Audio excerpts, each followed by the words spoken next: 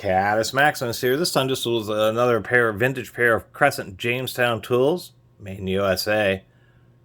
These are, I believe, advertised as 8-inch.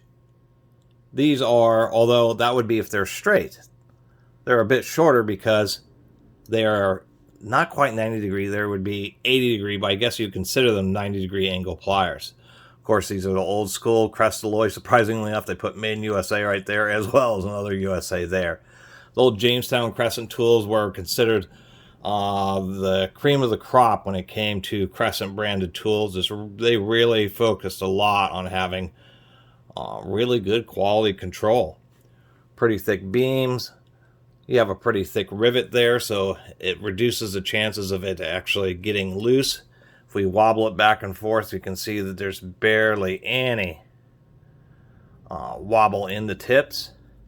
And of course, the deal with these types of needle nose pliers is they just allow you to get into just a tight area and get a grip on various things that, 45 degree and that type of stuff won't allow you to. It seems to be a bit less common to have ones with really steep angles to them.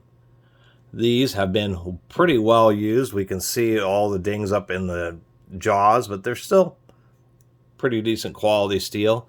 These things can be particularly useful in automotive situations. They're just all sorts, and electrical, all sorts of tight situations where this is exactly what you need. You need to be able to get in and grip something that's in a tight space, either releasing a catch or grabbing a terminal and pulling it off.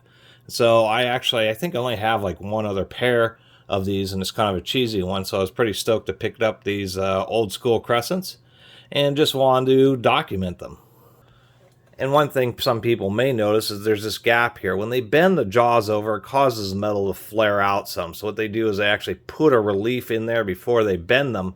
That way the actual tips are what come together. And these have been well used, but you can see the tips aren't bent or splayed over. They've actually held up pretty well. Anyway, just wanted to document another neat old Crescent Jamestown tool. I really appreciate everybody who's been watching and subscribing, and if you haven't subscribed, please do. Till next time, Catus Maximus out.